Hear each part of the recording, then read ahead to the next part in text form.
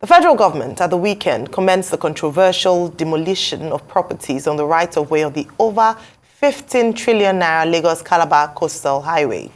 The government urged owners of such facilities along the axis to see the demolition as a sacrifice for Nigeria. Minister of Works David Umahi, who flagged off the exercise on Section 1 of the road, assured that the construction of the highway would mark a major milestone in President Bola Tinubu's economic diversification roadmap, handled by High Tech Construction Company Limited. The project had drawn criticisms from several Nigerians, including former Vice President Abubakar Atiku and the presidential candidate of Labour Party in the 2023 general election, Mr. Peter Obi. But Umahi, according to a statement yesterday by his spokesman, Uchenna Orji, said the federal government was passionate about the plight of the people affected by the demolition exercise. He said the government would, in the exercise of the right-of-way, put a human face to the demolition of properties required to give way for the construction of the highway.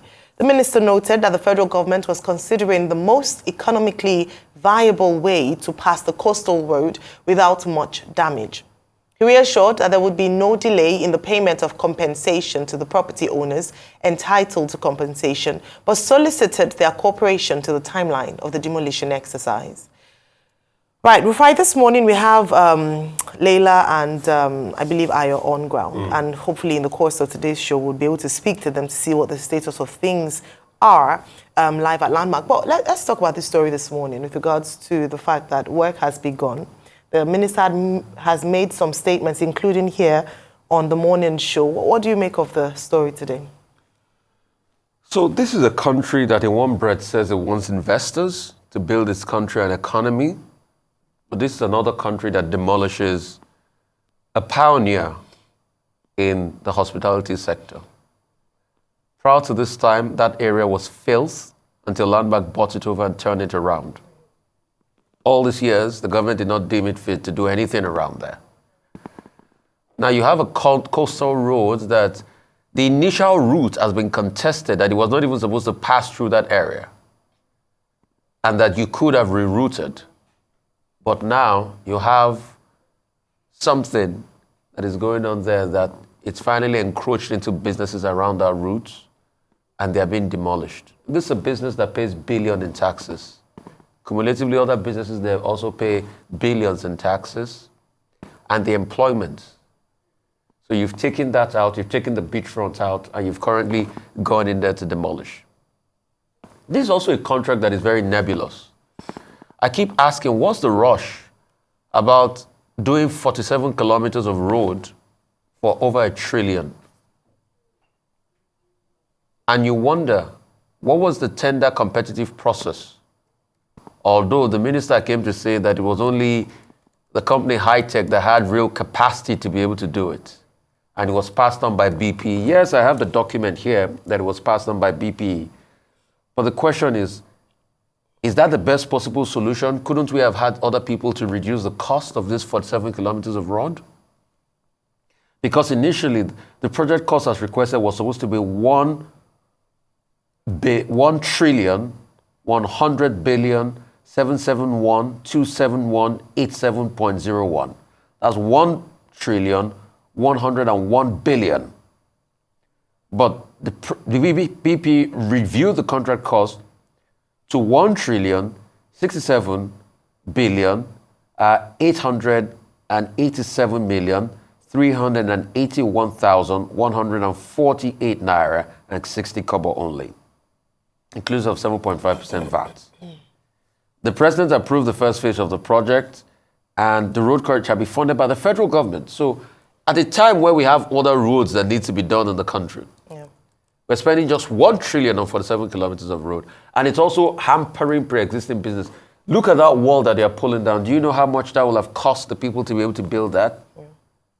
This is also a project that a lot of people have asked about, questions about the comprehensive environmental study that was done.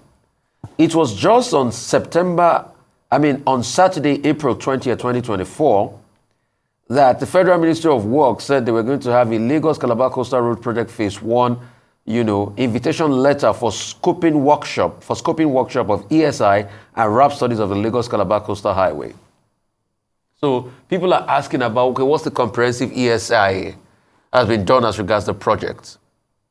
And there are myriads of many other questions at this project. So in one breath, President Tinubu has gone to Saudi Arabia. We're talking to Maersk to bring investment. But your local investment in the hospitality sector that have revamped that shoreline with over $100 million in investment, we're taking it out. Couldn't we have made concessions on the road? A lot of people say, no, it's right of way and all of that. The minister said they've been lenient enough and all of this blackmail should stop in the media. What we're talking is, let it make it make sense. What's the priority here? Today, we don't even know the full cost because the minister here couldn't tell us the full cost of the project. If 47 kilometers of over 700 kilometers of road cost 1 trillion, and they're saying, okay, the anticipated cost with the breakdown section so far is about over 15 trillion or $15 billion. Let's make it make sense. These are the questions we're asking this morning. So many questions this morning, unfortunately, not enough answers. Yes, the Minister of Works, Senator Dave Umahi, was here and he tried to break down the project and explain the importance of the investment in infrastructure by the federal government. But I don't think it was enough to convince a number of people as to the justification for the demolition process or exercise going on. He had mentioned that the landmark business wouldn't be affected and that it would be mainly shanties along the line and some, well, buildings that would be affected and that there would be compensation. But beyond the compensation, there have been very critical questions asked, like I mentioned earlier, by the presidential candidates, the main opposition parties, so PDP and the Labour Party, which haven't been responded to. It seems like the federal government's mind is made up, and despite maybe, in some instances, reservations, not willing to take on board those reservations or questions being raised. The questions around the awarding of the contract, like you mentioned, Rufai, yes, he tried to justify it by saying that a number of people, but even in that, it still begs the question that no one, the tender process didn't involve trying to find the best cost price for this project. There are also questions around the length of the project and the viability in terms of how the length of this particular administration and if the next administration will be willing to take it further. And unfortunately, this is the case that we have seen in Nigeria on a number of occasions when one government comes up with a grand plan as a legacy project and the next administration doesn't see it as, priority. Of course, there'll be legal framework to ensure that this project continues. But if the next administration says there's no money to fund it, then that's usually what happens. We have half projects all across the country. And that then begs the question raised by Mr. Peter Obi with regards to, okay, why spend this amount of money on a new project? To connect, yes, it talked about the benefits for the corridors, that this would affect the trade, the ease of trade amongst the states or these corridors. But also, there are many other roads and infrastructure that are currently moribund that could potentially give equal or perhaps even more benefits in terms of trade, which have been abandoned by this administration or hasn't been, not this administration, by previous administrations, or has just been lying there, projects not being completed. Why not look into that? So the question around this is that what is the real justification for starting a new, very expensive project that has brought a lot of disruption and, like you said, environmental impact without the due process? The big question perhaps for me this morning would be, what is the rush? Why does this have to happen in the very immediate without many of these concerns being addressed? When we speak to Leila and Ayo later on in the show, we will get to see firsthand the impact of this on the businesses surrounding. Even if landmark is said not to be affected, if they close off the beach area by sand filling, then it would lose the essence of the place. We talk about culture, we talk about tourism. I would imagine that Lagos State government would be trying to protect its tourist interests by defending the fact that a beach that has such important and quite critical to the state in terms of tourism would stay and would not be disrupted. Are there better ways of doing this? That's a big question that Nigerians are asking. And unfortunately, despite the many statements released, interviews done, it doesn't seem to have been able to convince stakeholders that this is a project worthwhile. They talk about sacrifice a lot. This is a word that has been, has resonated largely with this administration. But oftentimes it's also said that what sacrifice is the government making as well, so that the people can trust enough to also make commensurate sacrifice on their own part. The story continues. We'll take more of that in the course of today's show. Move on to our next story this morning.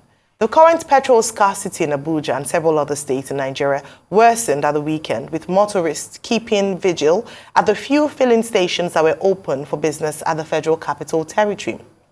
At Wuse Zone 1 in the early hours of Sunday, motorists were seen sleeping in their cars as a number of the filling stations, including the NNPC mega station and the AP filling stations opposite it, were closed.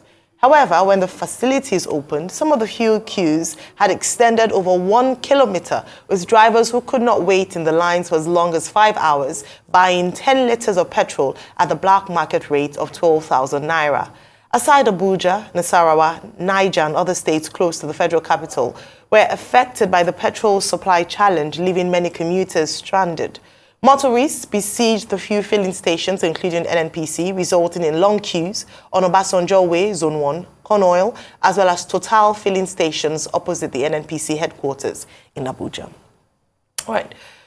Unfortunately, the queues are back. It's not a great way to start a Monday morning for businesses, individuals, people, even students who have to go to school.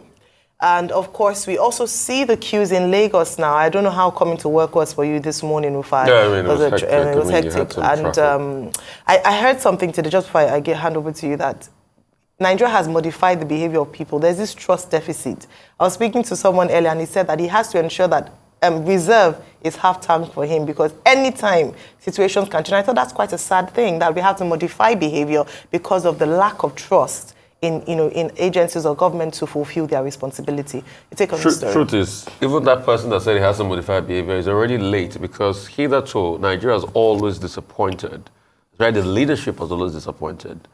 So the NNPC is claiming that this is a logistical issue. And what they'll normally come out to say is this. I know the byline. I can pretty much read it from my head. We have about 1 billion, supply worth of 30 days in our reserves, and this is just a logistical issue, but we're going to fix it. That's the NNPC's narrative. Yeah. But you're seeing the queues on ground. Now you're asking, why are they on ground? I'll take you to a story that was released on my birthday, the 8th of April, on Reuters website that says, NNPC faces 3 billion backlog of petroleum payments, sources say. And the story was saying around 3 billion to fuel traders for imported petrol. The sources told Reuters that the naira tumbling currency and rising global fuel prices have increased the effective subsidy in its payments. I'm also going to tie that story to what El Rufai said, that the subsidy payment has increased tremendously. Yeah. So these are factors, because most of this petrol is imported. And when you import into the country, you have a dollar encumbrance. And paying that based on the economic situation is also problematic at a time where dollar is scarce, at a time where the CBN is defending heavily, and because of the heavy defense, we're also expending a lot of resources. So take, for instance, anyway, the CBN has argued that we're using that to pay debts, but our reserves had been slumping, and at a time that they're also defending heavily, giving the BDCs money. How do you pay your encumbrances? To be able to settle all of this, somebody will have thought that, why is it so difficult as an oil-producing country to be able to refine our oil? That's the biggest challenge here. The NNPC took about 2.5 billion in monies to be able to revamp the Port Harcourt refinery. Many years down the line, December, they told us was technically copied. Till today, we have not seen petrol being lifted or petroleum product being lifted out of that refinery. Now, only recently, the NNPC is saying they are welcoming a co-location facility of another 100,000 barrels. So the question we should ask the NNPC is, what about the monies they took before? I think 1.5 billion, then they took another 2.5 billion on top of it, if my memory serves me right, to be able to refine the Port Harcourt refinery.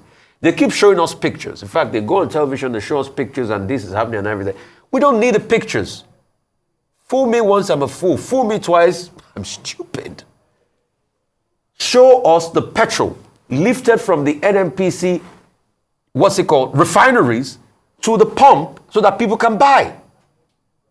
The quota we left behind many years ago, where we used to do local refinery, over 450,000 barrels per day, we now sell abroad in swaps. So because of that, we have a big logistical problem. To pay for all of these encumbrances is problematic. Subsidy keeps increasing, and the NNPC will tell you otherwise. Now, they said it will take some weeks to clear. Maybe they will get some advance to be able to clear up some of their dollar encumbrances. Because if you keep saying it's logistics, what is the problem as regards logistics really that you cannot solve? What happens? Why is that? In the last 2 years, we've constantly have a blip like this where we have scarcity everywhere. And at the same time, prices are increasing. I hear in Sokoto some people were buying as much as 2,000. 2,000 to 2,500. On black markets. So these are the issues. But I'm sure the NNPC before the end of today will respond and say, no, that's not true. They will even say the story that Reuters wrote is not true. They will say everything is not true. That's logistical challenge. In fact, they will call people like Rufai an enemy of states. And say we don't like the country. That's why we are talking like this. But we see the challenges and we say them. In fact, before you know it, they will say, no, they didn't say it was 2 weeks for the benchmark for the Port Harcourt refinery to work. That was further down the line. You forget that this was the same Port Harcourt refinery that President Tinubu promised Labour was going to start working by December. Yeah.